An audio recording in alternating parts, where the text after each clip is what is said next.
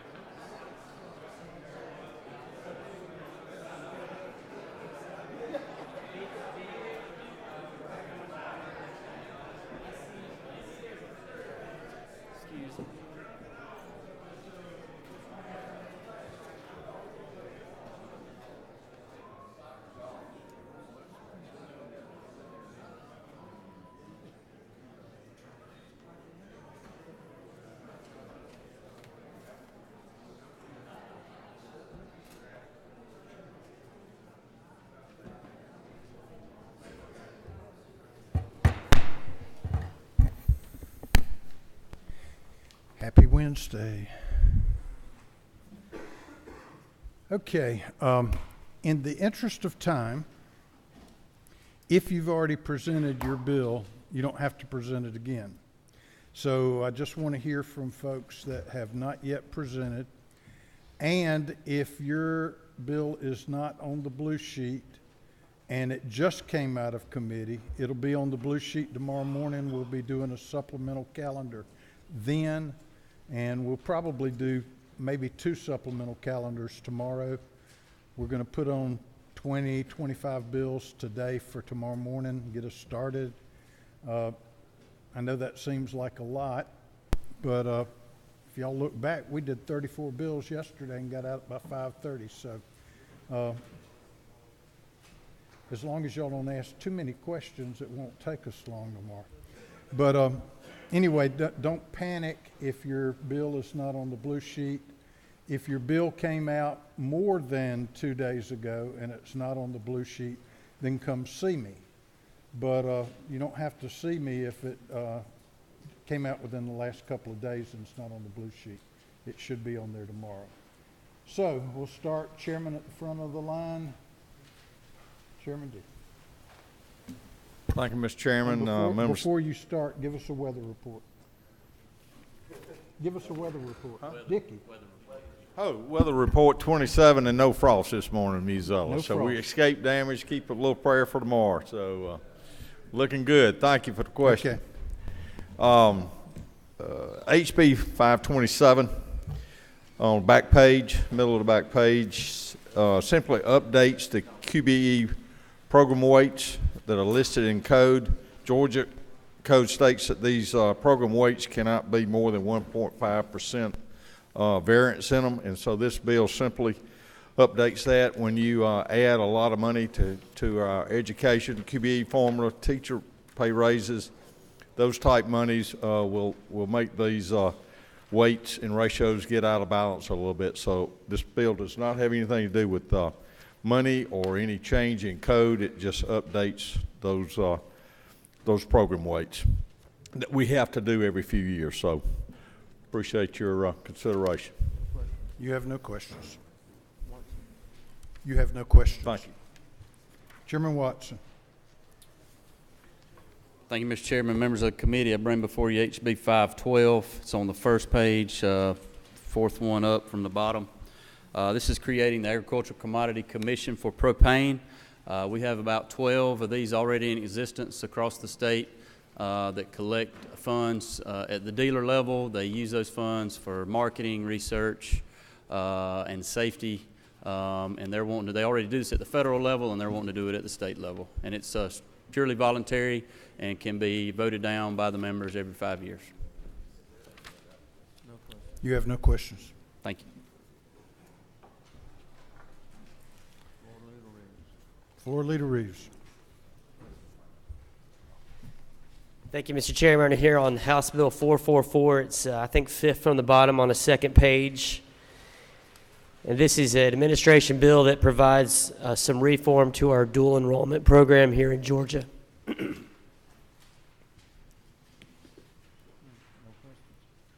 You have no questions. Thank you. Whoa, stop.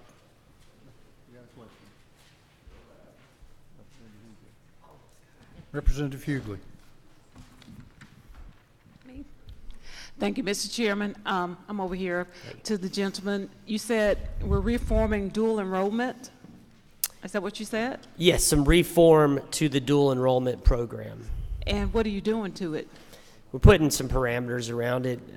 It's the program, since it was changed in 2015, was changed without any essentially parameters, and it has gone, the increase in the cost to the state has gone from $23 million a year in 2015 to $126 million budgeted for FY 2020. And so we are making some tweaks to the program to help create some cost savings to the state budget. There are two buckets of funding that students can dual enroll with. One is the money that the state provides from our budget, and the second is lottery and hope funds. And essentially what the bill is going to do is going to limit the number of state-funded credit hours to 30, but that any student dual enrolling, whether it be USG, technical schools, or the Apprenticeship Associates program, can dip in to their lottery hope hours while they're a high school student and dual enroll. So we are still providing for a total coverage of the 30 hours plus the 127 lottery hope hours of 157 total hours that are available to our students to use for dual enrollment and then for any post-secondary education after that. So, thank you. Whoa, stop. Leader Trammell.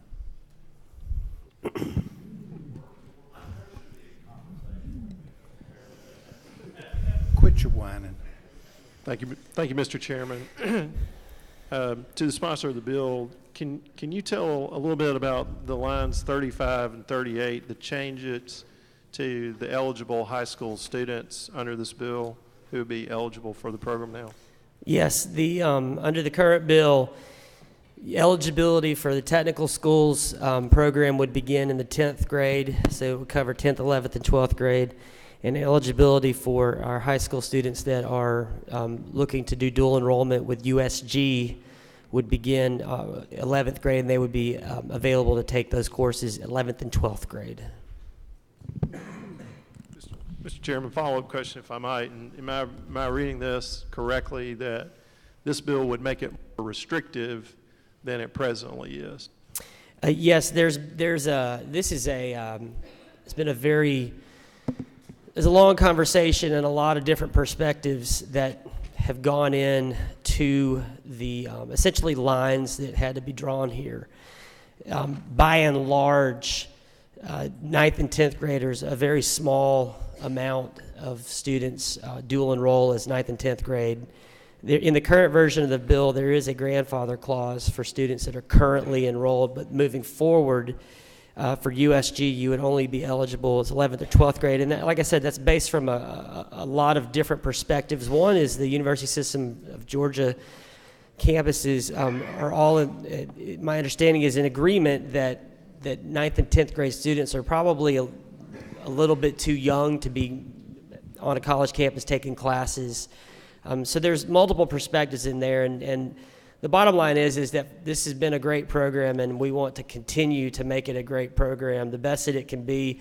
But for sustainability purposes, there's no program in state government that's grown more in the last 5 years than this program. And there were never guardrails put on the program, and so lines have had to be drawn. This is a fluid bill. We've worked very carefully and closely with House leadership and with Chairman Jaspers and other chairmen in the education capacities in getting to where we are now, and we are doing everything we can to be as thoughtful and deliberate about how it is going to impact, frankly, very small groups of students that are on the other side of where a line may be drawn. But the key here is sustainability moving forward. So, should I run out? I'm afraid not. Chairman Knight. To the gentleman, and just to follow up, isn't it true that our dual enrollment program was intended to make sure that our students got a head start on a college or a career path going forward? That's right. And I'm sorry. And in that light, what we have seen is we've seen a program that has gotten out of control. Through testimony, through the Appropriations Committee, we've heard from USG Technical College and our independent colleges, and quite frankly, they have all made recommendations or at least agreed with the 11th and 12th graders going forward on academic route. We've also heard and taken into account the career technical college route with 10th, 11th, and 12th graders. And we've also put in here some provisions, I believe. We've talked about canceling so that we know that these students are not just going in and taking courses to take free courses. That's right. But they are indeed looking at their path, their career or college path forward, and are concentrating on making sure that they are taking those classes that they need so that they can, again, get a head start and get out of into the workforce quicker.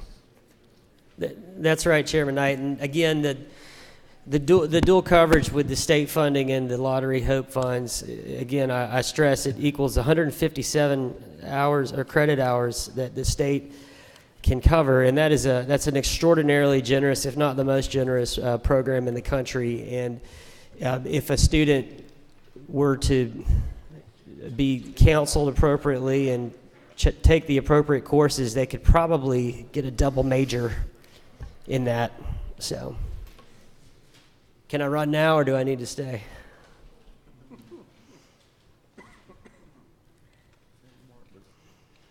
Chairman Martin. Thank you, Representative. I think you just covered what I wanted to ask, but could you, is it not true that prior to dual enrollment, prior to Move On When Ready, Hope Scholarship covered 127 hours, and that was enough to get a student a degree at college and certification and apprenticeship? Isn't that true? Yes, 127 hours is, that's right. And under this bill, you're getting that 127 hours, and you're getting 30 more, which is, if is it not true, another whole year equivalent of college? Is that not true? That's right. So even with this bill, even though it has been right-sized, if you will, isn't it true that, as you said, in terms when you take it out of hours and turn it into degrees, that this gives somebody the opportunity for 4 years for a degree plus a year, and it's still all paid for, according to these hours? Is that not true? That's correct. Thank you. Now you have no more All right, questions. I'm out. Chairman Clark. Thank you, Mr. Chairman, members of the committee. I have House Bill 325. It's on the second page, just below midway down. House Bill 325 was brought during the appropriations process for the amended fiscal year 2019 budget, dealing with record keeping in the post council regarding investigations on officers. They were making a $1.2 million ask just to turn their paper files into electronic files, which led us to ask why, and come to find out it's because they're required to keep these records for 50 years. This bill simply moves it to 30 years, that they can destroy the records after 30 years if after the investigation's been closed. And it also allows, within the 30 years, if an officer has died and no action was taken upon the complaint, except the initial intake of the complaint. So that's House Bill 325, and I'll yield for any questions. You have no questions. Thank you. Chairman Dollar. Thank you, Chairman. House Bill 469, towards the top of page 3. This is the booting bill. It sets up a licensing and permitting structure for booting and sets guidelines for booting on private property.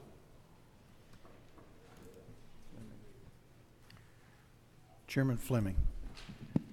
Thank you, Mr. Chairman. I wanted to ask you a question about this, Chairman Dollar, but I want to make sure I got my nomenclature down. So the person who puts the boot on is a booter. What does one refer to the person who gets the boot put on?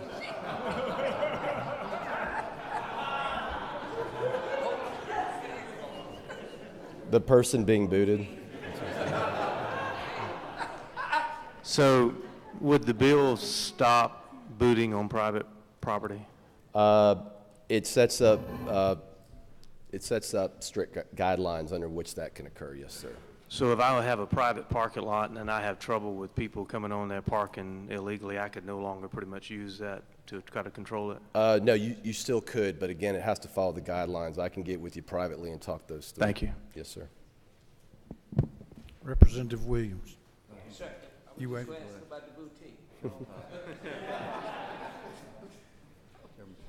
Chairman Powell. Gentleman up there, is it not true that we've heard this over at Public Safety for the last several years, and that we understand from the complaints that's been read that these people are absolutely out of control the way they operate their businesses? Yes or no? Chairman, yes, sir. Chairman Powell, you sat through hours of testimony on this last year. I've sat through several hours this year, and I think what can be drawn from all that testimony is that there is an overwhelming issue out there. Also, is it not true that by passing this bill, we'd send a message out there about this uncivil behavior that the rest of the world isn't their oyster and they can just do as they want to do? I think. Oh, I'm sorry. I think this body needs to send a strong message. Yes, sir. And I not also apologize for using the word oyster after yesterday. We like that industry, Chairman. After that, you have no more questions. Thank you. Mr. Douglas. Thank you, Mr. Chairman. I guess, and committee, thank you for having me today. You've heard this bill before. It's nothing new. It's time for a little recess for our K through 5 only. It's 30 minutes of recess time. Oh, I'm sorry. Top of the page, page 2. HB 83. 1, 2. Back of page 1. Sorry. Just recess time, 30 minutes, and it can't be taken away for punishment. That's the gist to the bill. It's plain and simple. Is there any questions? No questions. You have no questions. Thank you, sir. Thank you, committee. Mr. Morris. Thank you, Mr. Chairman, members of the committee. I bring to you today House Bill 118. It's on page 3, the first item under structured rules. House Bill 118 deals with a unlawful request for emergency services. This is what many would refer to as a swatting bill. And I guess the best way to describe this is if you just imagine that you walk through a lobby, maybe somewhere in Atlanta, you're on your way to lunch and you see CNN online, and there are all sorts of emergency services in a neighborhood. And you stop and you realize that not only do you recognize the neighborhood, you recognize your house because that's your house. And someone has phoned in for an unlawful request for emergency services and said the person in that house has killed the children and is holding police at bay. And then you rush home to your neighborhood and you find out that your children are sitting in the back of a police car and everything's fine. And someone just phoned in a prank call. Then if you move into January of 2018 and you're in North Georgia, you'll learn that there was a grandfather there that was shot and killed when someone phoned in an unlawful request for emergency services. He showed up late at night. The situation was amped up. He was hard of hearing. And before it's all over with, they'd exchanged shots with a police officer, and unfortunately, this person was shot and killed. So today, if you were that person that put that call in, you would be guilty of a misdemeanor. And what this bill does is simply it keeps the standards, the burden of proof exactly as they are today, but it raises the penalties to a felony level. Now, we've met with the prosecuting attorneys council, we've met with the sheriffs, we've met with the police chiefs, public safety, and they're all on board with this bill. You have no questions. Thank you, Mr. Chairman. If there's no objection, I'm going to move HB 118 from structured to modified open.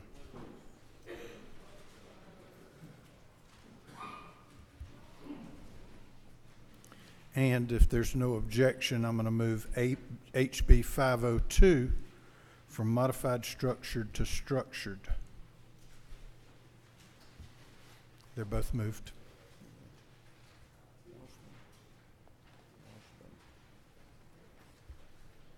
Mr. Washburn.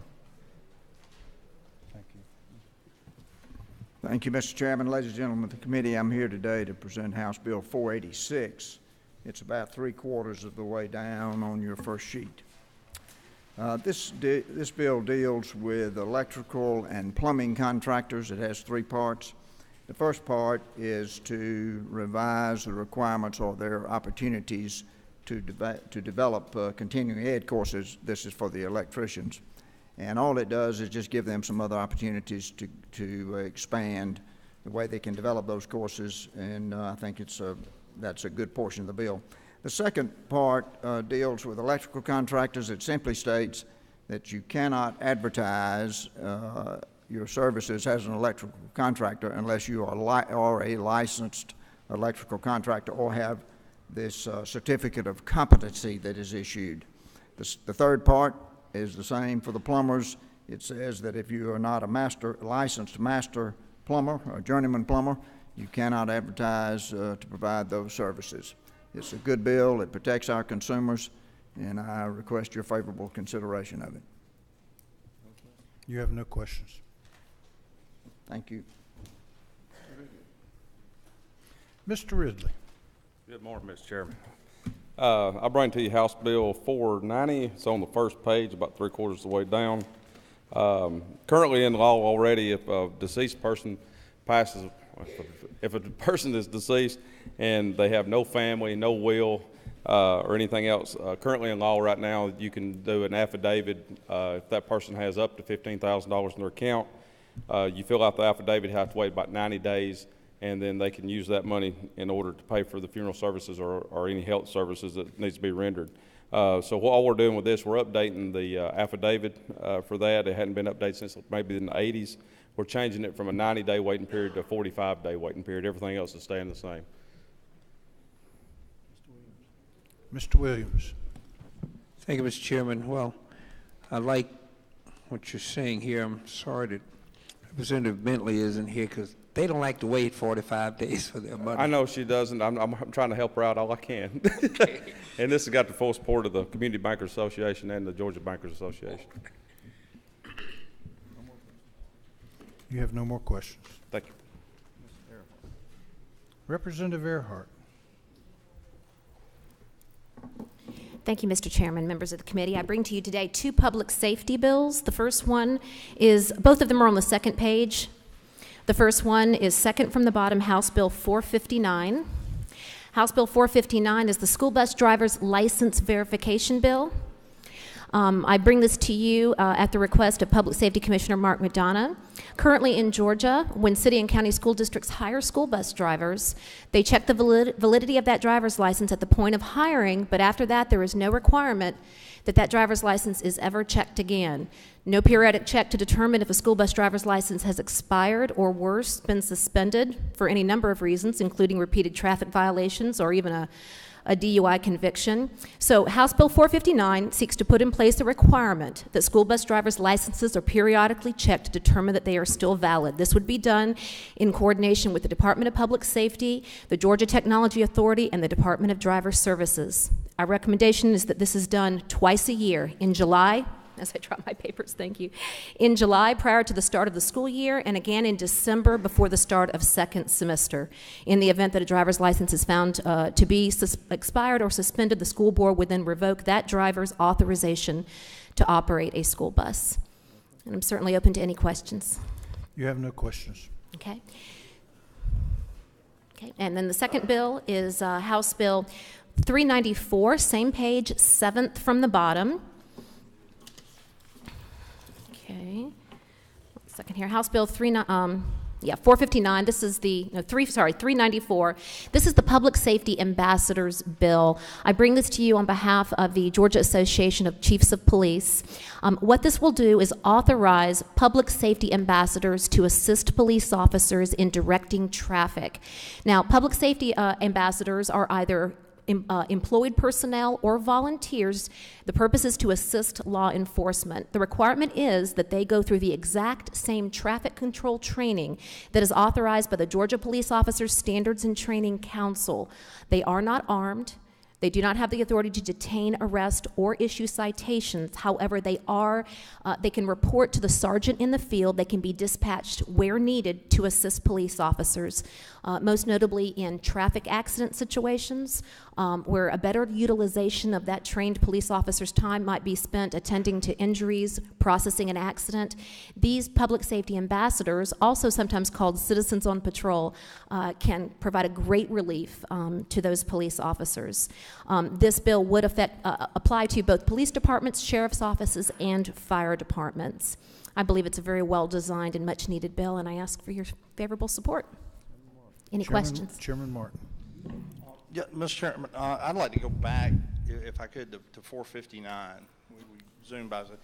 I understand, isn't it true? I understand that what you're trying to get at here, but as I read the bill, this is requiring all the school systems to send the bus driver's name, driver's license, which in many cases is a Social Security number, to the state patrol to then be kept in another list by the Georgia Technology Authority. I just wonder if, they're online, you fill that out at your school system, then you send it again. It just seems like there would be a better way than to create another list that would be subject to identity theft and so forth. And it is not true that also checking this twice a year seems to be a bit of overkill. Isn't there an active system that if a license is suspended, that a positive notification could be sent to the school system rather than, I mean, how many school bus drivers do we have in the state, and how much is it going to cost to do this twice a year? My understanding is this is an automated system.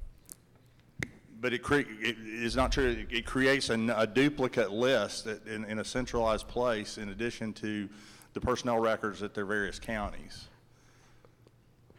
Yep. My understanding is the way the bill acts is the school board presents sends the copy of the driver's license or the number and the person's name. It's entered into a database, and then the database automatically, it's not like you have to resend it and resend it and resend it. Once it's in there, it automatically twice a year checks to make sure that there aren't any ongoing citations. And the colonel's nodding at me.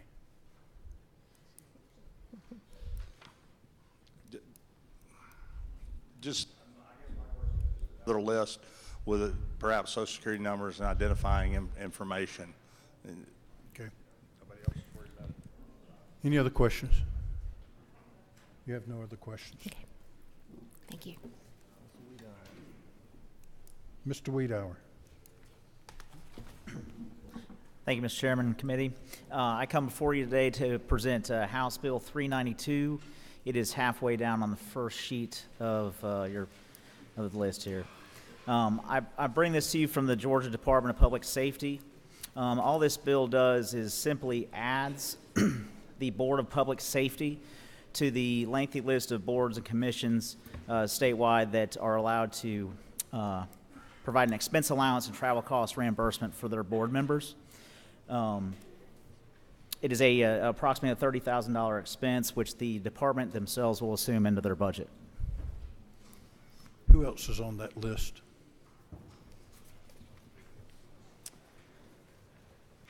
State Board of Education, Board of Regents for the University System of Georgia, Board of Community Supervision, Board of Corrections, Board of Economic Development, Board of Natural Resources, Georgia Emergency Communications Authority, Dental Education Board, Georgia Student Finance Commission, Veterans Service Board, Georgia Agricultural Exposition Authority, Georgia Board of Physicians Workforce, Georgia Music Hall of Fame Authority, Georgia Sports Hall of Fame Authority, Georgia Rail Passenger Authority, Georgia Tobacco Community Development Board, Georgia Board of the Technical College System of Georgia, Civil War Commission, and the delegation from the state of Georgia to the Southern Dairy Compact Commission. So pretty much everybody but public safety. Pretty much. Okay.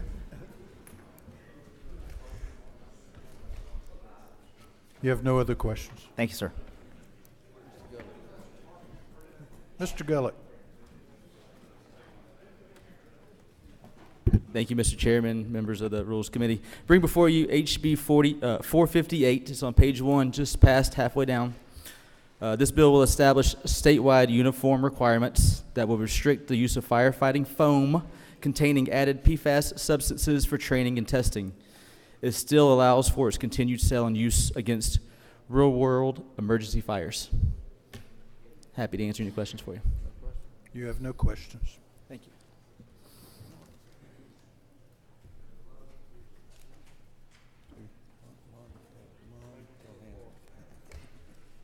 Mr. Monahan.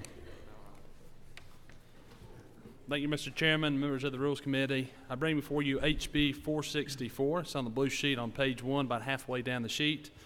This bill will make our local school boards allow public comment at their monthly meeting. You have no questions. Can I ask you something? Well, you do have a question.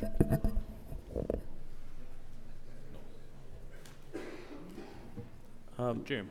I don't think it has to do with anything in your bill, but I understand there's a video going around with you and Whip Kelly wrestling or something, or elbow drop, or you laying asleep on the sofa and all this kind of stuff. I believe the way I've been told to answer is the gentleman knows what he speaks. Oh, okay, this one.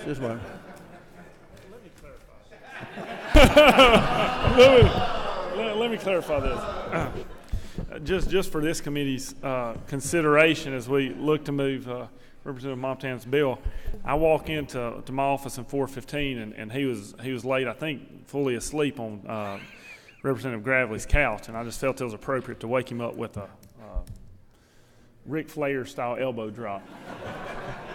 I have the video for anybody that wants to see it afterwards. I think you're through. Thank you, Mr. Chairman. Mr. Smith. Thank you, Mr. Chairman, members of the committee. First page, House Bill 516. It will give structural engineers the same designation as professional engineers in the state of Georgia. That will give them a better advantage when clients are looking over a list of structural engineers for them to have that designation like 24 other states, and I'd appreciate your favorable consideration. You have no questions. Representative Meeks. Thank you, Mr. Chairman. Members of the committee, I bring to you HB 332, second page, a little over halfway down, as a substitute that will simply give the Commissioner of Agriculture the opportunity to designate an individual to attend the Commodity Commission meetings on his behalf as a designee. You have no questions. Thank you, Mr. Chairman. Thank you for the consideration. Representative Bonner. Thank you, Mr. Chairman. Members of the committee, bring before you House Bill 487. It's on page 3. It is the 5th bill down. This bill passed out of the House last year under the same number, in fact, but it amends the Disaster Volunteer Relief Act in 2 ways. First, it adds the Civil Air Patrol to the list of state employees that are allowed paid leave up to 15 days per 12-month period in order to participate in a natural disaster relief. This can only be done in a named disaster and only with the permission of the employee's department head in conjunction with GEMA's requirements there. And as I mentioned, this is currently the status we provide for members of the Red Cross that are also state employees. And then the second item that this bill does, it amends the bill to rename it to the Robert Argo Disaster Volunteer Relief Act.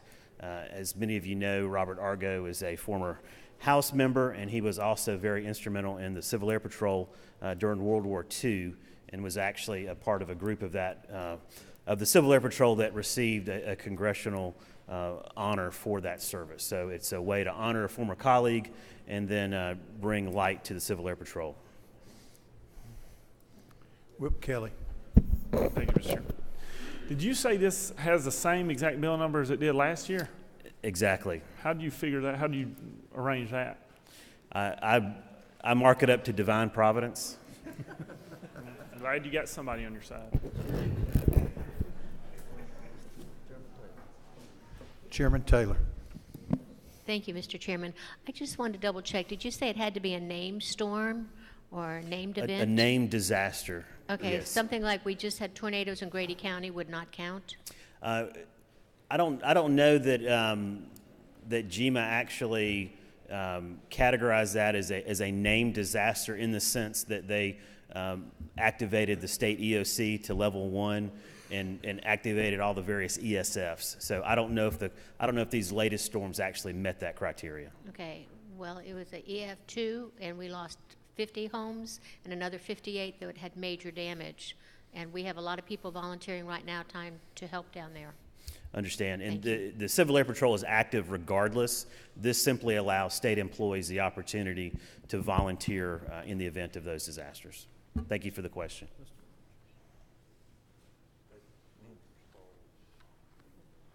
Floor Leader Rogers. Thank you, Mr. Chairman. Senator Bonner, isn't it true that this is the bill that passed last year overwhelmingly in the House and worked through all the Senate committees and everything else, got overwhelming response? It just got caught up in rules last year. That's correct. I appreciate the question. You have no more questions. Mr. Carpenter. Thank you, Chairman and Committee. I'm here for House Bill 353. It's modified structure. And the purpose of this bill is to codify staging a motor vehicle accident as insurance fraud. Currently, insurance fraud is already in code, but we think that codifying this will hopefully deter this from occurring in the future. Any questions? So if someone stages an accident in order to fraudulently collect insurance, that's currently a crime? Is that correct? Well, insurance fraud is a crime. Okay, But so this is just an additional iteration of that? Yes, sir. Okay. You have no other questions? Thank you, sir. Mr. Staines. Thank you, Mr. Chairman. I bring before you House Bill 470. It amends Title 42 to amends Title 35 to reflect the changes that this body, in its wisdom, amended the first offender status to not be a conviction prior. This left DNA collection for first offenders unintentionally not within the ability for GBI to obtain. So there's about 100 match cases that are thrown into a limbo because they fall under first offender. That is no longer classified as a conviction. So House Bill 470 would modify the ability for GBI to collect the DNA to both convictions and first offenders, and the substitute pass through judicial non-civil also makes it an automatic revocation of that DNA once those individuals are done with the first offender program. You have no questions. Thank you. Members.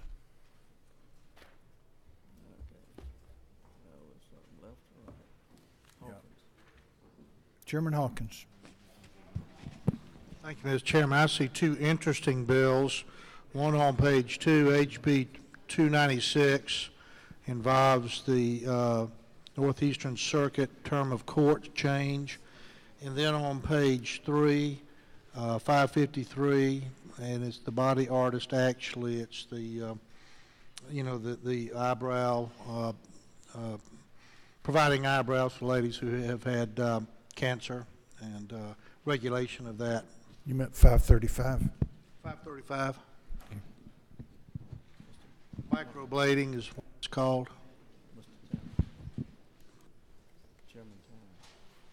Chairman Tanner. Thank you, Mr. Chairman. On page 2, third from the bottom, House Bill 454. This is a bill that for the first time will put some basic rules of the road in for the scooters that we're seeing around our cities.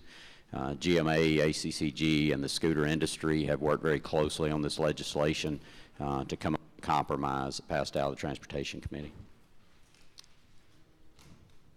You have no questions. Thank you. Chairman Stevens. Thank you, Mr. Chairman. On the first page, House Bill 525 changes the makeup of the Savannah International Maritime Trade Center for its appointments to add some appointments for the governor.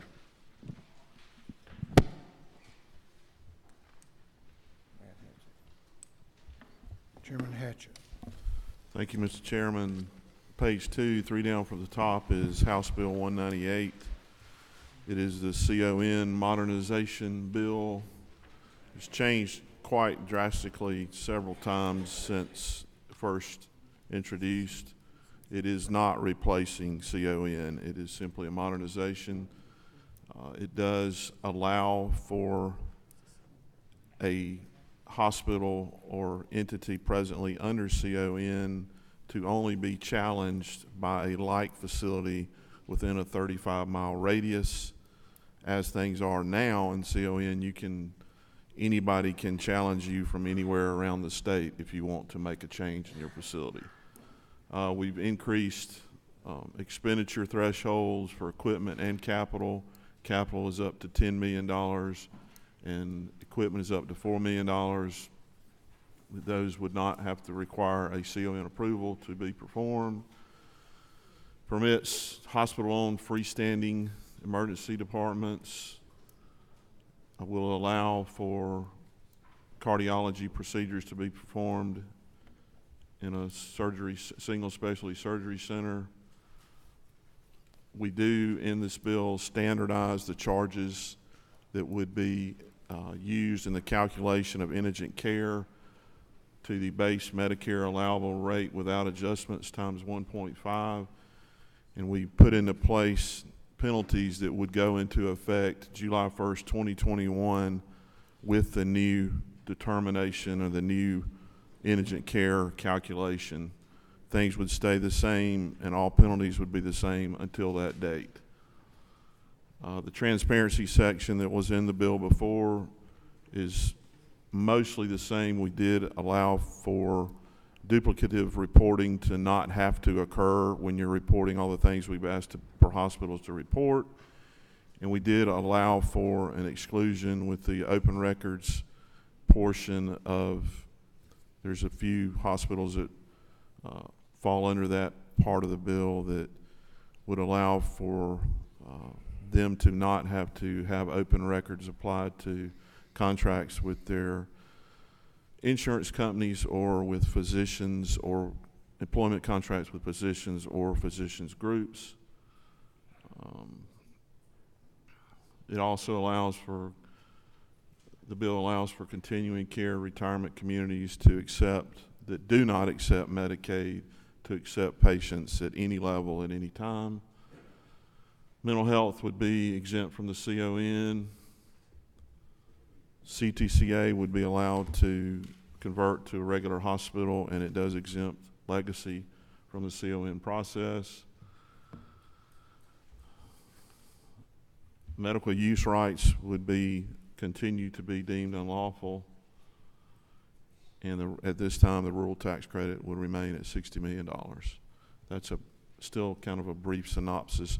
The bill that the sub that's on your desk there are some technical quite a few technical changes that had to be made from the bill that passed out of committee, because the bill that we had in committee was done fairly quickly, and many of the entities that are involved with all this had come to meet with me and had valid concerns, and we did correct most of what they brought to me. So that's the bill. Are there questions? Representative Hughley. Thank you, Mr. Chairman. You're on. Thank you, Mr. Chairman. Thank you, Mr. Chairman, to Mr. Hatchett. I have a couple of questions. The first one has to do with on page 7, starting at line 217, where you're saying that if am I reading this correctly? If a doctor who owns an ambulatory surgical center practices in a hospital and does indigent care in the hospital, he still gets to claim it as indigent care for the ambulatory surgical center as well? Correct. The doctor would be able to take that charge that also would be based on his Medicare base allowable rate. The indigent care that he does, his function, he can use it toward the credit of the indigent care requirement of the ASC. Only the percent is based only on the percent of the ASC that person owns, that the physician So it's will not own. the total goes to the hospital and to them? The hospital gets to continue to count its indigent care that it performs, any functions that the hospital has done, they'll perform theirs, but then the physician, the work he does or she does in the hospital, they can use that toward the ASC that they own. Only the percent of the ownership that they maintain in the ASC. Presently, they can produce all this indigent care, do all this indigent care in the hospital, and they get no credit for it whatsoever. I see. Thank you. Now, the other question is, we're going from 2.5 million to 10 million on this upgrades in terms of expenditures in one place, and then from 1 million to 4 million. What is that based on? Currently, in the present bill as it exists right now, the threshold for the capital equipment, I believe, is actually around 3 million, because it is adjusted annually it has been adjusted annually from 2009. I'm not sure what the rate would be for the 10 million, but these are all rates that I have not had anybody object to the levels of these, the 4 and 2 million. I'm not saying I object. I just want to know what No, it's that's, based on. it's from that, and these were actually some numbers that have been in some bills that were in the Senate too. So, and it was actually some other recommendations from people in the House, members of the House. Chairman Benton.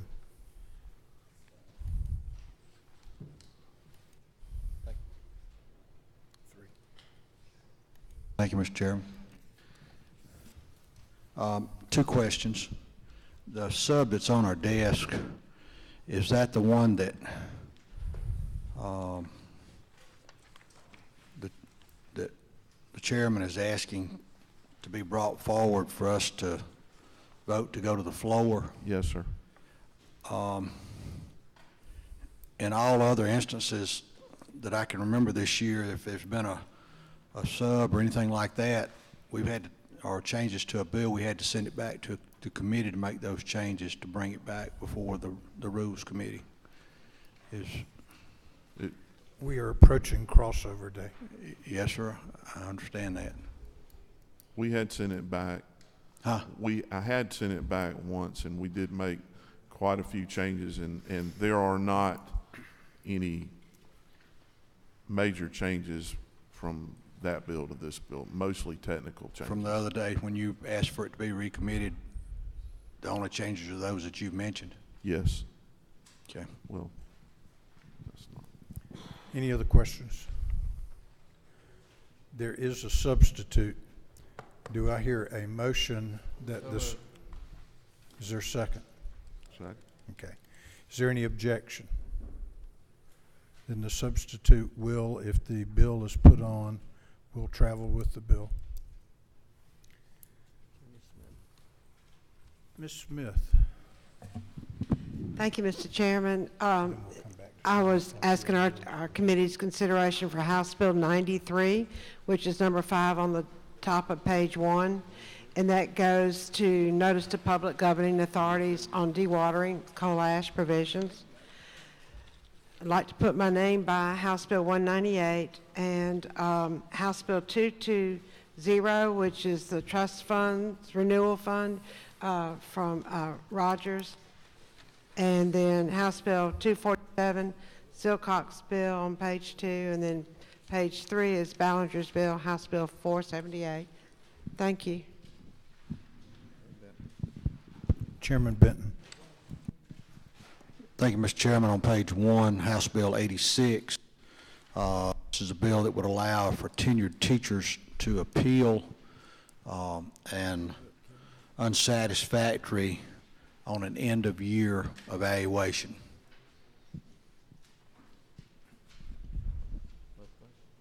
You have no questions?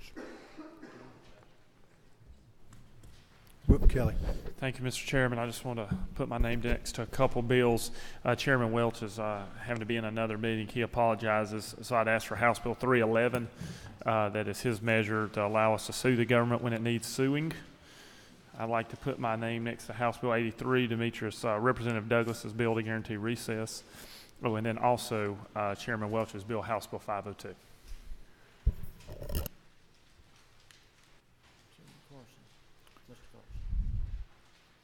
Mr. Carson. Thank you, Mr. Chairman.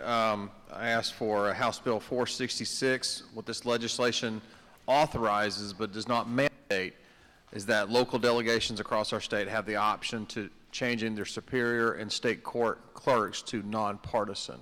Again, this is authorization, not a mandate. 460, I'm sorry, at the bottom of page 2, 466. And then traveling with that, to a certain extent, is top of page 3, House Bill 467. This provides for nonpartisan elections for the clerk of Superior Court for Cobb County. And page 1, House Bill 468. This is the same type of bill for state court.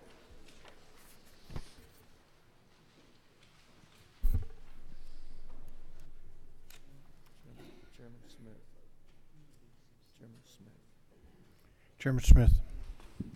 Thank you, Mr. Chairman. And I have to confess, I overlooked a freshman legislator's bill that came through my committee, so I apologize for that. But it's a great bill. It's Representative Gullett's bill. It's on page 1, and it's just above the third hole punch. It's House Bill 458. Thank you.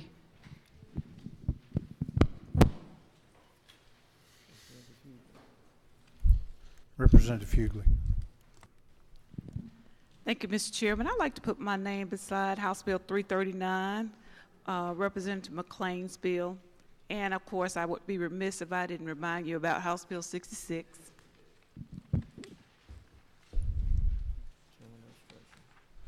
Chairman Efstration. Thank you, Mr. Chairman. On the second page, House Bill 381, this is the annual Child Support Commission update. Would ask for that bill. And one more, if I may, on page 3, House Bill 543. This is the equitable caregiver statute. Would ask for that bill. Will you explain that? Yes, sir. So there are cases where a judge is unable to consider a third-party custodian to care for a child because the statute only provides a specific list of family members who are eligible to fill that role. This is only when a parent's found to be unfit and only if this person who'd be filling that role has acted like a parent for the child previously. We've considered some similar measures over the past few years, and we've really worked hard on this statute and judiciary to make sure that we get it right and capture the people who truly should be available for a judge to consider to fill that role as a caregiver or parent for the child. Okay. Chairman Morris. Thank you, Mr. Chairman. I would like to support, let's see, it's Chairman Watson's bill, HB 512, to be put on the calendar. And I also like Chairman Dollar's HB 469. Thank you. Yes, sir.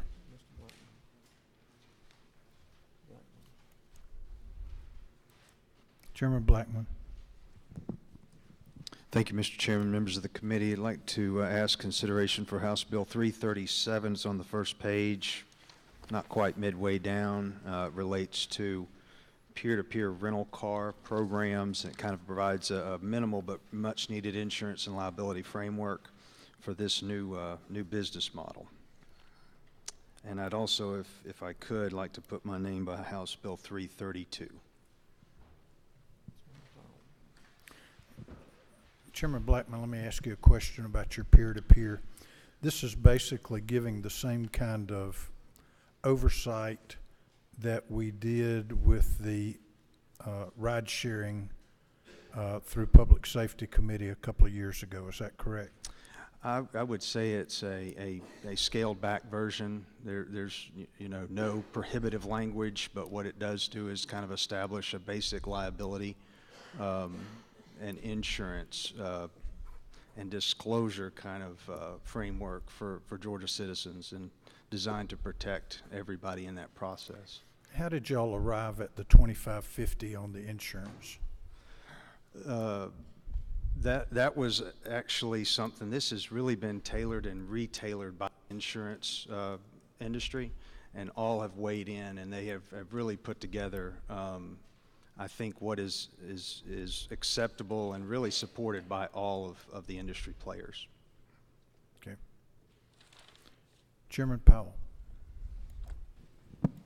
Thank you, Mr. Chairman. Yesterday I brought to you HB 288, and I'd like to ask for that bill. That's the one that sets a standard fee for filing real estate documents with clerks of courts, so that it makes it more knowledgeable about what they can charge on closings. I'd also like to ask again for HB 307. That was the Abandoned Motor Vehicle Act that cleans up about 40 years of whatever you want to call it, trying to create a more streamlined system through the courts and such, and that's not my phone. That's not my phone, thank you. But I would appreciate we that. know whose phone it is. But I'd appreciate 307. And then I'd also like to put my name beside HB 516. structural engineers bill, 486, electrical contractors bill, and 93. Be glad to answer questions on my bills. You have no questions. Floor Leader Rogers. Thank you, Mr. Chairman. Second page, fifth from the top. HB 220 is the hazardous waste and solid waste renewal that we've sat down and under the love and guidance of the chairman of the Rules Committee and hard work of the chairman of the Natural Resources Committee, we've got a good bill and would like to ask your favorable consideration of it. And also, I'd like to put my name by HB 444, Floor Leader Reeves' bill, the dual enrollment, as well as 516, the structural engineers, and 487, the Civil Air Patrol bill. Mr. Jackson. Where? That's it. Mr. Jackson. Thank you, Mr. Chairman. I'd like to put my name beside HB 174, Representative Wilkerson's bill, and also HB 282, Representative Holcomb's bill.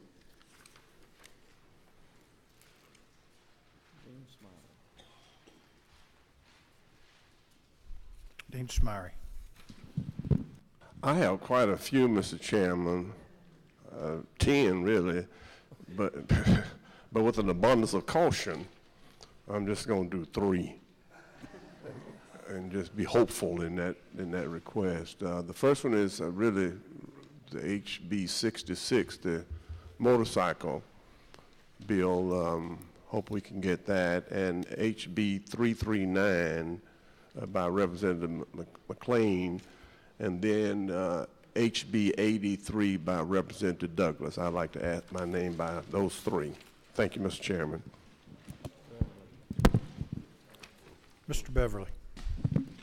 Thank you, Mr. Chairman. I'd like to place my name beside HB 174, modified open, halfway down the page, Representative Wilkerson's bill, and if you would indulge me, 2 other ones, Representative Walensky and structured rule HB 507 on the last page, and certainly not least HB 83, Representative Douglas bill at the top of page 2, modified structure. Thank you.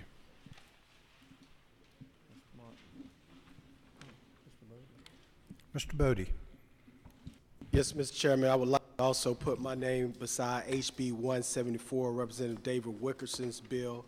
I also would like to put my name by Representative Demetrius Douglas' bill, HB 83, which is on the top of the second page, and at the bottom of the third page on the structured rule, I would like to put my name beside HB 507, Representative Walensky's bill, and I also would like to ask for my bill on page 2, HB 258.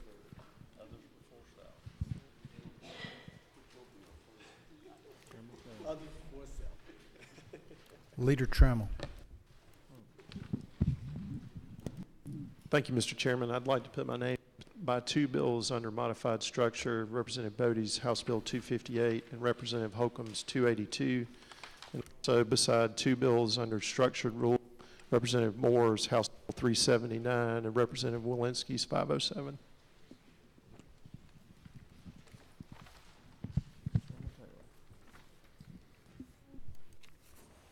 Before I go on to the next one, I'll just mention to you that I've asked Mr. Holcomb to present an amendment. We discussed his bill earlier today, and he's going to present an amendment in the morning. Chairman Taylor. Thank you, Mr. Chairman. On the last page, structured rules, House Bill 168, the sales exemption for our federally qualified health centers. Thank you.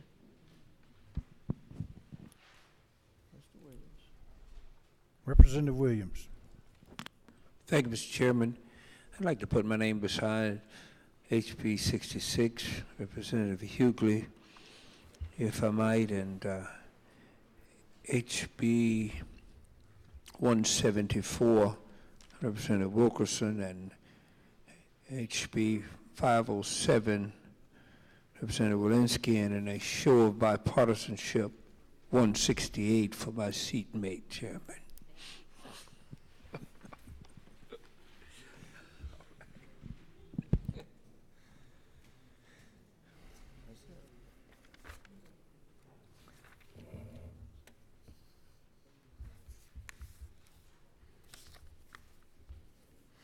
Okay, let's set the calendar for tomorrow. And it will be the first, but not the last, that we'll see tomorrow too. Under modified open, HB 337.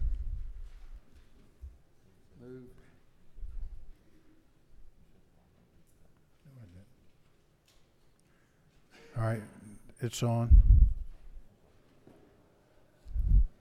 HB 373. It's on. HB 458. It's on. HB 512. It's on. HB 525. It's on. HB 83. It's on. We're under modified structure. HB 91. It's on. HB 198. It's on. HB 288. It's on. HB 296. It's on. HB 307. It's on. HB 325. It's on. HB 332. It's on. HB 353. All right, there's a motion and objection. All in favor of putting it on the calendar, raise your hand. Opposed? It's on. HB 444. It's on.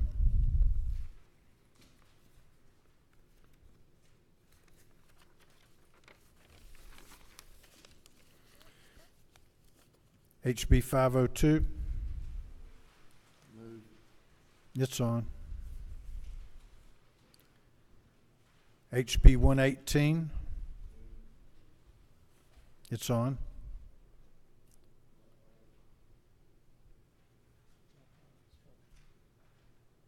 HB 168. It's on. HB 311. It's on. HB 507. And it's on.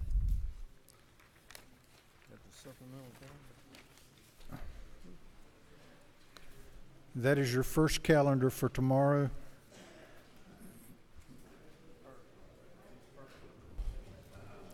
We have a motion. Wait just a minute. We have a motion. Mr. Chairman, pursuant to Rule 33.3, I move that debate on all bills tomorrow and all calendars be limited to 1 hour at the discretion of the speaker. Second. All right, we got a motion, second, objection. All in favor, raise your hand. Opposed? It's adopted.